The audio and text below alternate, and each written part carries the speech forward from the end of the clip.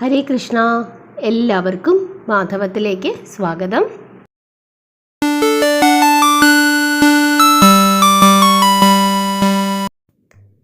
June 4-ാം തീയതി ചൊവ്വാഴ്ച പ്രദോഷമാണ്. നമുക്ക് എല്ലാ മാസവും 2 ത്രയോദശി തിഥികൾ വരും. ശുക്ലപക്ഷ ത്രയോദശിയും കൃഷ്ണപക്ഷ ത്രയോദശിയും. അപ്പോൾ എങ്ങനെയാണ് ശുക്ലപക്ഷം കണക്കാക്കുന്നത് അല്ലെങ്കിൽ കൃഷ്ണപക്ഷം കണക്കാക്കുന്നത് എന്നൊക്കെയുള്ള വീഡിയോ ഞാൻ ഇതിനു മുമ്പ് പറഞ്ഞിട്ടുണ്ട്. ആ കാര്യങ്ങളെല്ലാം അതിൻ്റെ വീഡിയോ നമ്മുടെ ചാനലിൽ കിടപ്പുണ്ട്. സംശയമുള്ളവർ അത് കണ്ടാൽ മതി. ചാനൽ നമ്മൾ നോക്കിക്കഴിഞ്ഞാൽ അതിനെപ്പറ്റിയൊക്കെ വിശദമായിട്ട് പറഞ്ഞിട്ടുണ്ട്, കണക്ക് കൂട്ടുന്ന രീതികളും എല്ലാം. അപ്പോൾ ചൊവ്വാഴ്ച വരുന്ന പ്രദോഷത്തെ ഭൗമ പ്രദോഷം എന്നാണ് പറയുന്നത്. ഇത് കൃഷ്ണപക്ഷ പ്രദോഷമാണ്. ത്രയോദശി തിഥിയിലാണ് സാധാരണയായിട്ട് നമ്മൾ പ്രദോഷമായി ആചരിക്കുന്നത്. ഇനി എന്താണ് പ്രദോഷം? ഭഗവാൻ പരമശിവന് ഏറ്റവും ഇഷ്ടപ്പെട്ട ദിവസമാണ് പ്രദോഷമെന്ന് പറയുന്നത്. അതായത് ഭഗവാൻ നാരായണന് ഏറ്റവും ഇഷ്ടമാണ് ഏകാദശി എന്ന് പറയുന്നത് പോലെ ഭഗവാൻ മഹാദേവന് ഏറ്റവും പ്രധാനപ്പെട്ട ദിവസമാണ് പ്രദോഷം. വലിയ മഹാക്ഷേത്രങ്ങളിലൊക്കെ പ്രദോഷ പൂജകൾ തന്നെ നടക്കാറുണ്ട്. ഇനി ചൊവ്വാഴ്ച വരുന്ന പ്രദോഷത്തെ നമ്മൾ ഭൗമ പ്രദോഷമെന്ന് പറയുന്നു.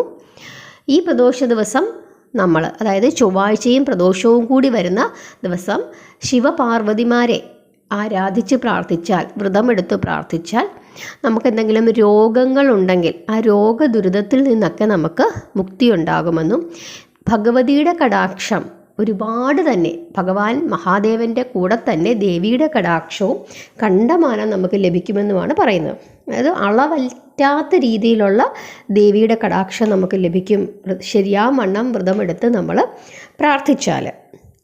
അതുപോലെ തന്നെ ഈ ചൊവ്വാഴ്ച ദിവസം നമ്മൾ പ്രദോഷത്തിൽ വ്രതമെടുത്ത് പ്രാർത്ഥിച്ചു കഴിഞ്ഞാൽ നമുക്ക് ഈ ദശാസന്ധികളുണ്ടല്ലോ, ചൊവ്വാദശാസന്ധികൾ, ചൊവ്വയുടെ ദോഷങ്ങളുള്ളവർ, ചൊവ്വാദോഷമുള്ളവർ, അല്ലെങ്കിൽ ചൊവ്വാദശയിൽ നിൽക്കുന്നവർ, ഇങ്ങനെയൊക്കെയുള്ള ആളുകൾക്ക്, അതുപോലെ തന്നെ തൊഴിൽപരമായ തടസ്സങ്ങളുള്ളവർ, രോഗങ്ങളുള്ളവർ, ഈ ചൊവ്വാദശാകാലത്ത് നമ്മളെപ്പോഴും പറയും നമുക്കെപ്പോഴും ഇങ്ങനെ എന്തെങ്കിലുമൊക്കെ അസുഖങ്ങൾ വന്നുകൊണ്ടിരിക്കും.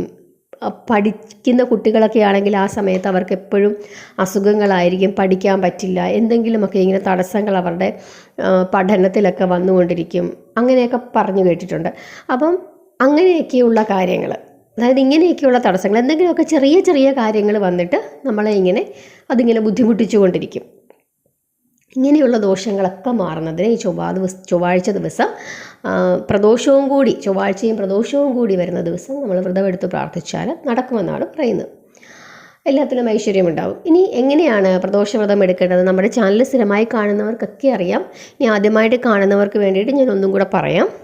അതായത് സാധാരണ നമ്മൾ പ്രദോഷവ്രതം എടുക്കുന്നത് രാവിലെ മുതൽ സന്ധ്യ വരെ നമ്മൾ ഒന്നും കഴിക്കില്ല, ഉപവസിക്കും. അതിനുശേഷം പ്രദോഷ സന്ധ്യയ്ക്കാണ് പ്രാധാന്യം. സന്ധ്യാസമയത്ത് നമ്മൾ ഒന്നുകിൽ ശിവക്ഷേത്ര ദർശനം നടത്തുക, അത് വളരെ വിശേഷമാണ് ശിവക്ഷേത്ര ദർശനം നടത്തുന്നത്. പ്രദോഷ സന്ധ്യയ്ക്ക് വൈകുന്നേരം സന്ധ്യാസമയത്ത് ശിവക്ഷേത്ര ദർശനം നടത്തി പ്രാർത്ഥിക്കുക. ആ സമയത്ത് നമ്മൾ ഭഗവാന് കരിക്ക് പഴങ്ങളൊക്കെ നൈവേദ്യമായിട്ട് കൊടുത്ത് അവിടുന്ന് പൂജിച്ച് മേടിച്ചിട്ട് ആ സന്ധ്യാപ്രാർത്ഥനയ്ക്ക് ശേഷം നമ്മൾ അത് കഴിച്ചതിന് ശേഷം അത് കഴിച്ച് നമ്മുടെ വ്രതം അവസാനിപ്പിച്ചതിന് ശേഷം നമുക്ക് അരിഭക്ഷണം, ചോറുണ്ണാം. ചോറ് നമ്മൾ കഴിക്കുമ്പോൾ മോരും ചമ്മന്തിയുമൊക്കെ കൂട്ടി കഴിക്കാം. ഇഞ്ചിയൊക്കെ ചേർത്ത് ചമ്മന്തി അരച്ച് നമുക്ക് കഴിക്കാം. അങ്ങനെയാണ് നമ്മൾ ആരോഗ്യമുള്ളവരും മറ്റ് അസുഖങ്ങളൊന്നുമില്ലാത്തവരും വ്രതമെടുക്കുന്നത്, പ്രദോഷവ്രതം.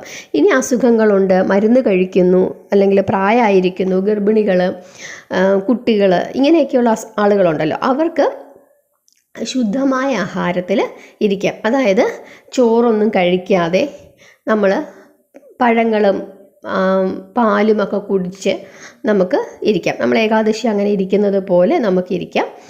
പക്ഷേ അരിഭക്ഷണം കഴിക്കരുത്. അരിഭക്ഷണം നമ്മൾ കഴിക്കുന്നത് സന്ധ്യയ്ക്ക് നമ്മുടെ പ്രാർത്ഥനയ്ക്ക് ശേഷം.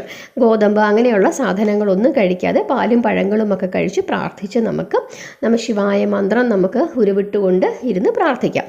പക്ഷേ സന്ധ്യയ്ക്കുള്ള പ്രാർത്ഥനയ്ക്ക് വളരെ പ്രാധാന്യമുണ്ട്. അതിന് കാരണം ഞാൻ എപ്പോഴും പറയും, ആ കഥ ഒന്നും കൂടെ പറയാം, കേൾക്കാത്തവരുണ്ടെങ്കിൽ കേട്ടോളൂ. കാരണം നമുക്കറിയാം പാലാഴി മഥനം നടക്കുന്ന സമയത്ത് വാസുകി കാളകൂട വിഷം ഛർദ്ദിക്കുന്നു.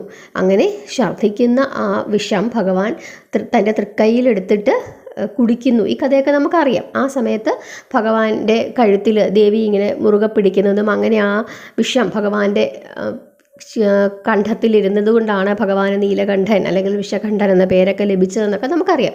അപ്പം അങ്ങനെ അതിന് ശേഷം ഭഗവാന് ഈ വിഷം അദ്ദേഹത്തിൻ്റെ ഉള്ളിലേക്ക് ചെന്നല്ലോ, ഭീകരമായ വിഷമാണ്. അപ്പോൾ അതുകൊണ്ട് തന്നെ അദ്ദേഹത്തിന് വലിയൊരു ക്ഷീണം വന്നുവെന്നും അദ്ദേഹം ദേവിയുടെ മടിയിൽ തലവെച്ച് ഉറങ്ങി എന്നുമാണ് പറയുന്നത്. അപ്പോൾ ആ സമയത്ത് സകല ദേവീ ദേവന്മാരും യക്ഷന്മാരും കിന്നരന്മാരുമൊക്കെ ഇദ്ദേഹത്തിന് വേണ്ടി പ്രാർത്ഥിച്ചുകൊണ്ട് ഇരുന്നു.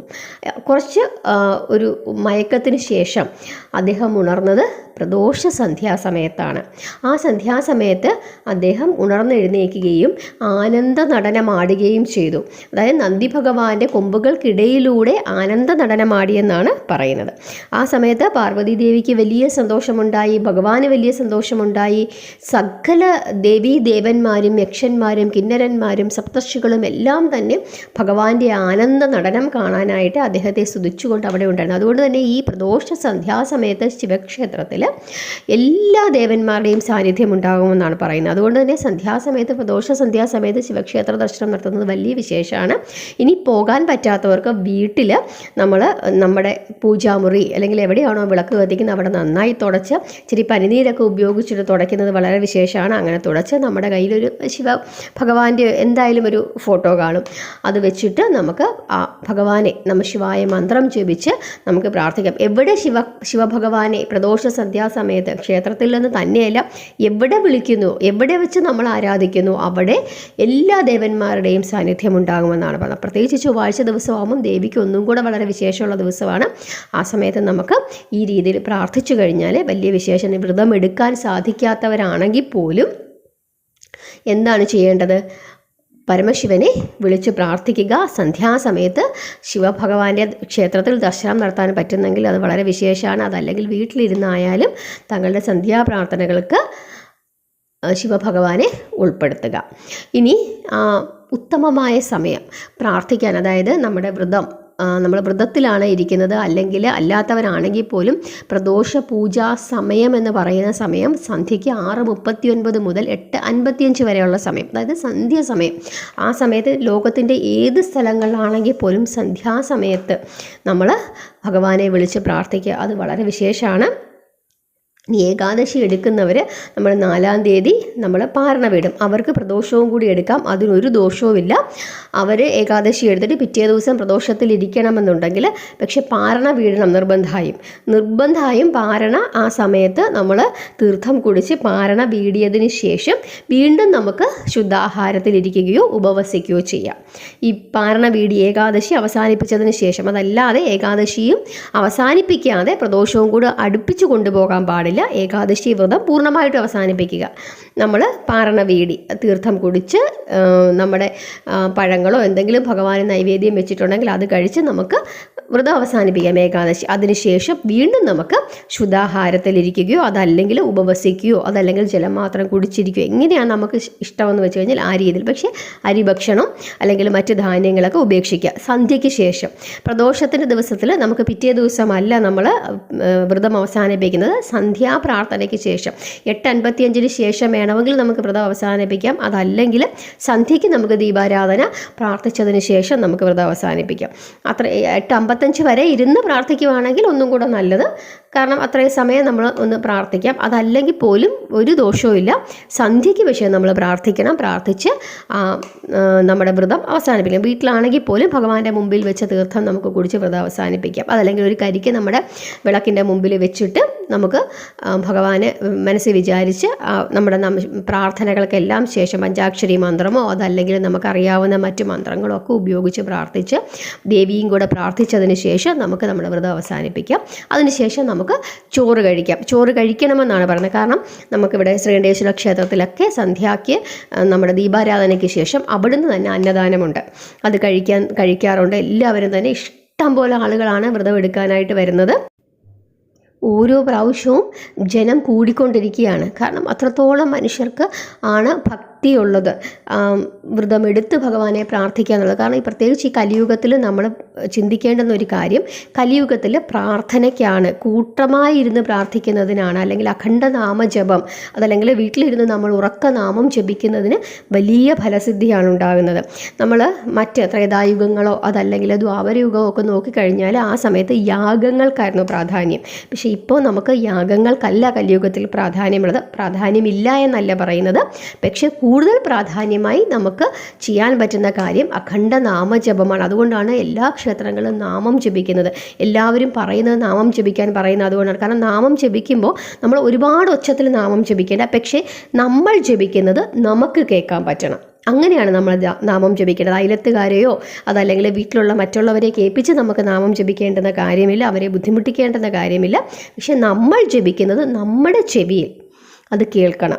ആ രീതിയിൽ വേണം നമ്മൾ നാമം ജപിക്കാനായിട്ട്. എപ്പോഴും നമ്മൾ ജപിച്ചുകൊണ്ടേയിരിക്കുക. പ്രത്യേകിച്ചൊരു ജപമാലയൊക്കെ നമ്മുടെ കയ്യിലുണ്ടെങ്കിൽ ആ ജപമാല ഉപയോഗിച്ച് ജപിച്ചുകൊണ്ടിരിക്കുക. അങ്ങനെ ജപിച്ചുകൊണ്ടിരുന്നാൽ തന്നെ നമുക്ക് ഒരു പ്രത്യേക എനർജിയാണ്. ഇനി നമുക്ക് അസുഖങ്ങൾ തന്നെ നമ്മുടെ മാറും. കാരണം നമ്മുടെ ശ്വാസമൊക്കെ നല്ല രീതിയിൽ ആവും നമ്മളിങ്ങനെ തുടർച്ചയായിട്ട് ജപിച്ചുകൊണ്ടിരുന്നു കഴിഞ്ഞാൽ.